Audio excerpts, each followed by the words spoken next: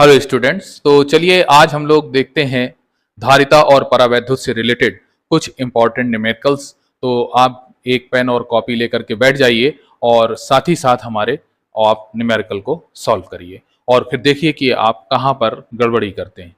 तो चलिए शुरू करते हैं हम लोग आज का पहला क्वेश्चन।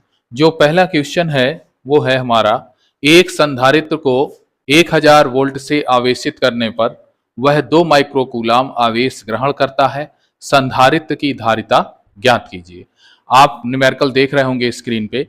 इसमें एक संधारित्र है जिसको 1000 वोल्ट से आवेशित करने पर वह 2 माइक्रोकूलाम आवेश ग्रहण करता है। तो इसमें हमें बताना है कि संधारित्र की धारिता कितनी है। तो सबसे पहला काम न्यूमेरिकल लगाने में जो कुछ दिया होता है पहले आप उसको नोट कर लिया करें।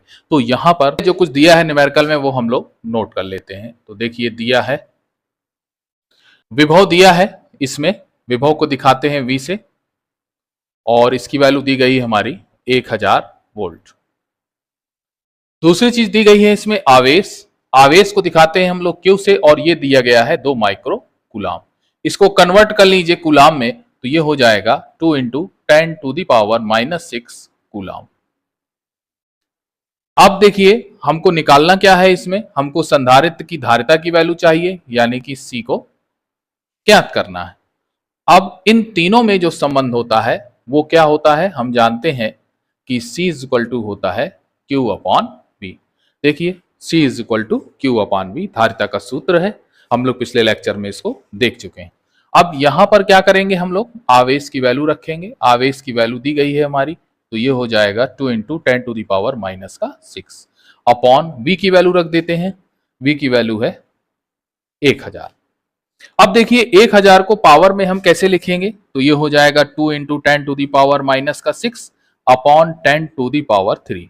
ये देखिए 1000 को हमने पावर में लिख लिया 10 की घात 3, यानी कि अगर 10 का 3 बार मल्टीप्लाई करेंगे तो 1000 आएगा। अब देखिए 10⁻3 को हम लोग ऊपर ले जाते हैं तो आपको पता होगा कि माइनस हो जाती हैं घातें, तो ये हो जाएगा 10⁻⁻6 और माइनस का 3। ये वैल्यू हमारी आ गई। C = यहां भी C लिख लेते हैं, इसको और सॉल्व कर लीजिए तो C = हो गया 2 × 10⁻⁹ इसका मात्रक जो होता है वो होता है फैरेड। ये हमारा आ गया आंसर। और यदि आप इसको माइक्रोफैरेड में लिखना चाहते हैं तो इसको माइक्रोफैरेड में कन्वर्ट कर लीजिए तो ये हो जाएगा हमारा, क्योंकि 1 माइक्रोफैरेड = होता है हमारा 10⁻⁻6 फैरेड, 10⁻⁻6 फैरेड। तो उस कंडीशन में जो धारिता होगी हमारी वो आ जाएगी 2 × 10⁻⁹ × 10⁻6। देखिए 1 माइक्रोफैरेड बराबर क्या होगा, 10⁻+6 माइक्रोफैरेड। 1 फैरेड बराबर क्या होगा, अगर ये नीचे जाएगा इस साइड जाएगा तो इसकी वैल्यू हो जाएगी 10⁻6 माइक्रोफैरेड। इसको सॉल्व कर लीजिए तो गुणे में घातें क्या होती हैं, जुड़ जाती हैं, तो ये हो जाएगा 2 × 10⁻⁹ +6 या यही हो गया 2 × 10⁻³ माइक्रो। तो देखिए हमने जो है जो धारिता है ये भी आंसर हो गया हमारा और ये भी आंसर हो गया। अब देखिए हमने जो धारिता है उसको फैरेड में भी निकालना सीख गए हम और माइक्रोफैरेड में भी निकालना सीख गए। अगर आपको इसमें किसी प्रकार से कोई दिक्कत है तो आप उसको कमेंट बॉक्स में जाकर के पूछ सकते हैं। देखिए अगर आपको इनमें सॉल्व करने में कोई प्रॉब्लम आती है तो आप इसी के डिस्क्रिप्शन में जा करके आप लोग देख सकते हैं कि फिजिक्स न्यूमेरिकल को कैसे सॉल्व करें। उसमें बताई गई जो भी कंडीशंस हैं उन्हें आप बहुत ही अच्छी तरीके से देख लीजिए, तो ये जो सॉल्विंग में प्रॉब्लम आपको आ रही है ये सॉल्विंग में प्रॉब्लम नहीं आएगी। अब आइए देखते हैं हम लोग अपना नेक्स्ट न्यूमेरिकल। जो अगला न्यूमेरिकल है हमारा वो आप स्क्रीन में देख रहे होंगे कि 12 पिकोफैरेड का एक संधारित्र 50 वोल्ट की बैटरी से जुड़ा है। संधारित्र में कितनी स्थिर वैद्युत ऊर्जा संचित होगी। तो चलिए इस न्यूमेरिकल को हम लोग सॉल्व करते हैं। इसमें जैसा कि आप लोग देख रहे हैं कि 12 पिकोफैरेड, तो देखिए ये जो पिकोफैरेड है ये किसकी यूनिट है, ये धारिता की है यूनिट पिकोफैरेड। तो यहां पर जो वैल्यू दी गई है उसे हम लोग नोट कर लेते हैं।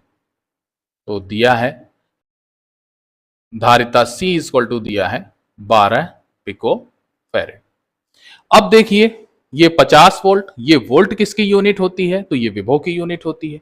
तो हम लोग लिख लेते हैं विभव, किससे दिखाते हैं इसको? V से, और इसकी वैल्यू दी गई है 50 वोल्ट। संधारित्र में कितनी स्थिर वैद्युत ऊर्जा संचित होगी? तो इसमें U की वैल्यू पूछ रहा है। U इज इक्वल टू, यानी कि स्थिर वैद्युत ऊर्जा, स्थिर वैद्युत ऊर्जा U की वैल्यू पूछ रहा है। अब देखिए यहां पर जो हमारी धारिता दी गई है इसको हम लोग कन्वर्ट कर लें तो ये हो जाएगा 12 into 10 to the power minus का 12 फैरेड। ये हमने आपको मात्रा कभी पिछले लेक्चर में बताया था, वो हमने बताया था कि 1 पिको फैरेड बराबर होता है 10 की पावर माइनस का 12 फैरेड।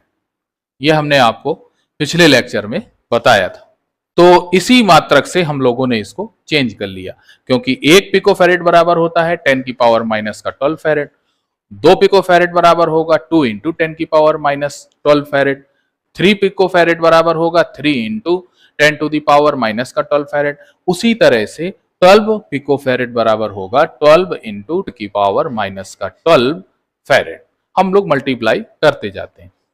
अब आइए देखते हैं इन तीनों में जो फार्मूला होता है वो फार्मूला हमने पढ़ा है कि U is equal to half CV square, U is equal to half CV square. और इसका तरीका भी हम लोगों ने सीखा था। पहला जो फार्मूला था हाफ CV स्क्वायर, तो 1/2 CV स्क्वायर, इसमें वैल्यू रख देते हैं तो ये हो जाएगा 1/2 इंटू C की वैल्यू रख दीजिए तो ये हो जाएगा 12 into 10 to the power minus का 12 इंटू V की वैल्यू रख दीजिए 50 वोल्ट है तो 50 का होल स्क्वायर। अब इसको सॉल्व कर लीजिए, 2 से भाग हो जाएगा, 2 छंग 12 तो 6 इंटू 10 की घात माइनस 12 गुणे, इसको सॉल्व कर लेते हैं तो ये आ जाएगा 2500। अब इस 2500 का गुणा इस 6 में कर दीजिए तो कितना आएगा? 25 छक्का 150 और 2 जीरो लगे हैं तो 2 जीरो और हम लोग लगा लें, गुणे 10 की घाते माइनस 12। अब देखिए इसमें दशमलव तो है नहीं, लेकिन हमारे आंसर में दशमलव दे रहा है तो यहां हम दशमलव मानेंगे और दशमलव को 1 2 3 4 4 अंक आगे ले जाएंगे। तो जब हम दशमलव को 4 अंक आगे ले जाते हैं तो उस कंडीशन में घातों में उतना ही जुड़ जाता है। यदि दशमलव को जय अंक हम आगे ले जाएं तो घात में उतना ही प्लस हो जाता है। अब आप कहेंगे दशमलव कहाँ है?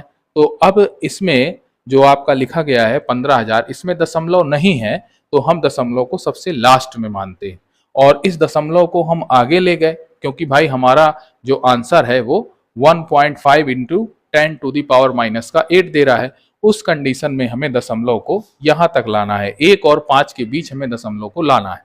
तो हम यहां से कै अंक आगे गए तो देख लीजिए 1 2 3 और 4 अंक के बाद हमने दशमलव लगाया तो जय अंक हम आगे गए उतना ही घात में हम लोग प्लस कर देंगे। तो उस कंडीशन में ये हो जाएगा 1.5 into 10 to the power minus का 12 प्लस 4। और दशमलव के बाद जीरो का कोई महत्व तो नहीं होता, इसलिए हमने जीरो इसके सारे हटा दिए। इसको हम लोग और सॉल्व कर लें तो ये हो जाएगा हमारा U इज इक्वल टू, यहां भी U लिख लेते हैं, U is equal to 1.5 into 10 to the power, देखिए -12 और +4 है तो ये घट करके कितना आएगा? ये आएगा हमारा माइनस का 8। और ऊर्जा का जो मात्रक होता है वो होता है जूल। तो यही हमारा आंसर हो जाएगा। तो इस प्रकार से हम लोगों ने बहुत ही अच्छी तरीके से इस न्यूमेरिकल को सॉल्व किया। उम्मीद करते हैं कि आपको इसे समझने में कठिनाई नहीं आई होगी और इसमें कहीं भी अगर आपको कोई दिक्कत है तो आप कमेंट बॉक्स में जाकर के पूछ सकते हैं।